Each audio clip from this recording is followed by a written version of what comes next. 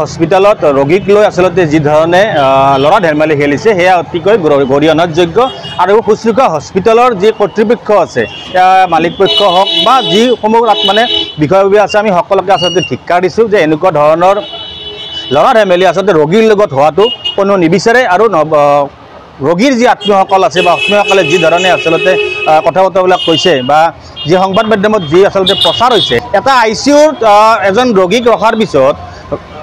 ICUৰ ভিতৰত থকা ICUত যিসমূহ দৰ্জা খিৰিকী আছে সেইসমূহ খুলি ৰাখিব তাত ষ্টেণ্ড ফেন লগাই দিব এনেকুৱা ধৰণৰ আচলতে ঘটনাই আমাক আচলতে স্তম্ভিত কৰি তুলিছে আমিও এজন সচেতন ব্যক্তি হিচাপে আমি আচলতে খুব দুখ পাইছোঁ আমি আঘাত পাইছোঁ যে ৰোগীৰ লগত শুশ্ৰূষা হস্পিটেল যি ধৰণে লৰা ধেমালি খেলিছে সেয়া বন্ধ হ'ব লাগে আৰু শুশ্ৰূষা হস্পিটেলৰ ওপৰত এক তদন্ত যি আচলতে কৰাৰ কাৰণে ইতিমধ্যে যুটীয়া স্বাস্থ্য সঞ্চালক মহোদয় তৈয়াৰ কৰিছে বা তদন্ত সমিতি তৈয়াৰ কৰিছে সেই তদন্ত সমিতিয়ে যি আচলতে তেখেতসকলে পাইছে তাত গৈ সেই প্ৰতিবেদন ৰাজহুৱা কৰিব লাগে আৰু ৰাজহুৱা কৰি আমি জিলাৰ আয়ুক্ত মহোদয়ক আৰু স্বাস্থ্য বিভাগৰ যুটীয়া সঞ্চালক মহোদয়ক আমি আহ্বান জনাইছোঁ দাবী উত্থাপন কৰিছোঁ অনতিপলমে শুশ্ৰূষা হস্পিটেলৰ ওপৰত তেখেতসকলৰ যি ধৰণৰ আচলতে আইনী ব্যৱস্থাই হওক বা বিহিত যি ব্যৱস্থা আছে ব্যৱস্থা গ্ৰহণ কৰক বিভিন্ন বেচৰকাৰী চিকিৎসালয়ৰ বিভিন্ন হেমাহিত বা বিভিন্ন কাৰ্যকলাপে ৰাইজক অতিষ্ঠ কৰিছে যেহেতু এই বেচৰকাৰী চিকিৎসালয়সমূহত ৰোগীসকলক ৰখা হয় আৰু বহুতো গৰীব দুখীয়া মানুহেও নিজৰ আত্মীয়ক বচাবৰ বাবে নিজৰ আত্মীয়ক সুস্থ কৰাৰ লক্ষ্যৰে বহুত টকা পইচা খৰচ কৰি নিজৰ সা সম্পত্তি বেছি হ'লেও এখন চিকিৎসালয়ত ভৰ্তি কৰায় তেনে অৱস্থাত এনেকুৱা ধৰণৰ ঘটনাই আমাক লজ্জানত কৰিছে আৰু হস্পিটেলখনৰ ওপৰত আচলতে প্ৰশ্ন উঠিছে সেইখন হস্পিটেলত ৰোগী সুস্থ হ'ব নে নহয়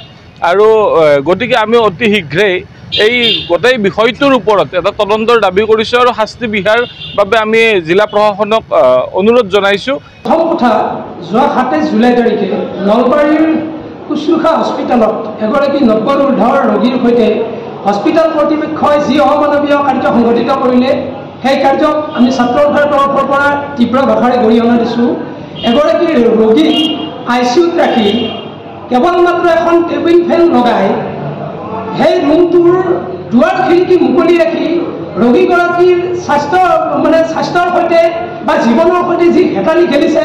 এই হেতালি কাৰ্যক আমি কোনো কাৰণে সহ্য কৰিব পৰা নাই আৰু বিশেষকৈ এখন ব্যক্তিগত খণ্ডৰ চিকিৎসালয়ৰ পৰা জনসাধাৰণৰ বেতাৰ ঠেয়াত পৰা যি চিকিৎসা সেৱা সেই চিকিৎসা সেৱাৰ তুলনা স্বৰূপটো সম্পূৰ্ণৰূপে উন্মোচিত হৈছে। এখন ব্যক্তিগত খণ্ডৰ চিকিৎসালয়ত নিশ্চিতভাৱে তাৰ চিকিৎসাৰ যি ব্যয় এই ব্যয় নিশ্চিতভাৱে যথেষ্ট বেছি কিন্তু ICUৰ ভিতৰ চৰাৰ যিটো খবৰ এই খবৰটোৱে সঁচাকৈয়ে আমাৰ মনত এটা আশ্চৰ্যকৰ প্ৰশ্নৰ সৃষ্টি কৰিছে। সেই প্ৰশ্নটো হৈছে যে চৰকাৰী খণ্ডৰ চিকিৎসালয়ৰ ICUৰ যিটো ব্যৱস্থা পৰিৱেশ সেই পৰিৱেশটো এইখন ব্যক্তিগত খণ্ডৰ চিকিৎসালয়তকৈ নিশ্চিতভাৱে যথেষ্ট উন্নত মানৰ কাৰণ অভিভাৱকসকলে যিটো অভিযোগ উত্থাপন কৰিছে যে সম্পূৰ্ণৰূপে ICU কক্ষটো পৰিচালনা কৰিছে এখন টেবুল ফেনৰ জৰিয়তে আৰু উন্মুক্তভাৱে ৰখা হৈছে দুৱাৰ খিৰিকীবোৰ। গতিকে শুশ্ৰূষা হস্পিটেলৰ কৰ্তৃপক্ষই ৰোগীৰ সৈতে যি হেতালি খেলিছে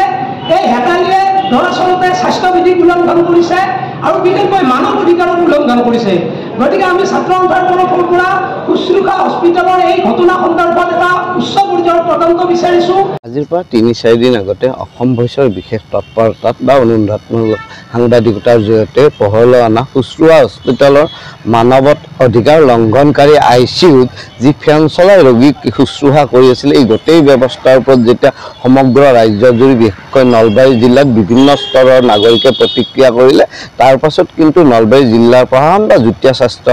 সঞ্চালকে এটা তদন্তকাৰী গোট গঠন কৰিলে আৰু আমি লক্ষ্য কৰিছোঁ যে যোৱাকালিও তদন্তকাৰী গোটটো হস্পিটেললৈ গৈছে কিন্তু আমি আপোনালোকৰ মাধ্যমেৰে নলবাৰী জিলা উপায়ুক্ত বিশেষকৈ যুটীয়া স্বাস্থ্য সঞ্চালকৰ যদিও তদন্তকাৰী গোটটো গঠন কৰিছে আমি জিলা উপায়ুক্ত মহোদয়ক প্ৰত্যক্ষভাৱে এই গোটেই বিষয়টোত হস্তক্ষেপৰ আহ্বান জনালোঁ কাৰণ যোৱা সময়ছোৱাত আমি দেখিছোঁ যে স্বাস্থ্য বিভাগে বিভিন্ন এনেকুৱা নলবাৰী বেচৰকাৰী হস্পিটেলত যেতিয়া অভিযোগ উঠিছে তেতিয়া তদন্তকাৰী গোট গঠন কৰে কিন্তু তাৰ পাছত সেই তদন্তকাৰী গোটৰ ফলাফল কি এই ক্ষেত্ৰত আমি কিন্তু ফলাফল একো দেখা নাই আৰু এইবাৰো আমাৰ শংকা প্ৰকাশ কৰিছোঁ যে এই যিটো তদন্তকাৰী গোটটো গঠন হৈছে তেওঁলোকে প্ৰত্যক্ষভাৱে আসাম হৈছে যেতিয়া ভিডিঅ'ৰ জৰিয়তে পোহৰলৈ আনিছে ICUত য'ত বিভিন্ন সচেতন বা বিভিন্ন ডক্টৰসকলে বিভিন্ন চাফ চিকুণভাৱে সোমাব লাগে সেনেকুৱা ICUত ভিডিঅ'ত স্পষ্টভাৱে দেখা হৈছে যে ফেন চলাই ঘূৰি আছে। গতিকে ইয়াৰ পাছত তদন্তকাৰী দলে এই শুশ্ৰূষা হস্পিটেলক মানৱ অধিকাৰ লংঘনকাৰী বিষয়টোত কঠোৰতৰ শাস্তি দিব লাগে আৰু ভৱিষ্যতে নহ'বলৈ কি ব্যৱস্থা তেওঁলোক নিৰ্দেশ দিলে এই নিৰ্দেশবিলাক প্ৰকাশ পাব লাগিছিল। 3 দিন আগতে আমি নলবাৰী শুশ্ৰূষা হস্পিটেলক লৈ যি এটা বাতৰি পৰিৱেশন কৰা হ'ল বা আমি আপোনালোকৰ সংবাদ মাধ্যমৰ যোগে আমি জানিবলৈ পাৰিলোঁ যে ICUত থকা ৰোগীক ICUৰ দৰ্জা খিৰিকী খুলি আচলতে ষ্টেণ্ড ফেন লগাই ৰখাই তেনেকুৱা ধৰণৰ ঘটনা হৈছে। ICUৰ ভিতৰত ডক্টৰ নাই, নাৰ্ছ নাই, ষ্টেণ্ড ফেন লগাই ICUৰ ভিতৰত ৰোগীক ৰখা হৈছে। আচলতে ICUত এগৰাকী ৰোগীক কেতিয়া ৰখা হয় যেতিয়া মৰণ জীৱনৰ কথা আহে, যেতিয়া ৰোগী যেতিয়া চিকিৎসাজনিত কাৰণত যেতিয়া উচ্চ চিকিৎসাৰ প্ৰয়োজন হয় তেতিয়াহে আচলতে এগৰাকী ৰোগীক ICUত ৰখা হয়। আৰু ICUত ৰখা ৰোগীক লৈ শুশ্ৰূষা হস্পিটেলে যিটো ল'ৰা ধেমালি খেলিছে সেইটো আচলতে গৰিহণাযোগ্য। আপোনালোকৰ এই সংবাদ মাধ্যমৰ জৰিয়তে আমি নলবাৰী জিলাৰ আয়ুক্ত মহোদয়ালৈ আমি এক দাবী জনাব বিচাৰিছোঁ যে যুটীয়া স্বাস্থ্য সেৱা সঞ্চালক মহোদয়ে যি 4জনীয়া ডক্টৰৰ গোটেই তদন্ত সমিতি গঠন কৰি দিছে তেওঁলোকৰ কি তদন্ত কৰি তেওঁলোকে কি পালে সেই প্ৰতিবেদনখন অতি শীঘ্ৰে ৰাজহুৱা হ'ব লাগে। কাৰণ এই তদন্ত সমিতিৰ লগত হস্পিটেল কৰ্তৃপক্ষৰ বুজাবুজি হোৱাৰো আগতে নজিৰ আছে। সেয়েহে আমি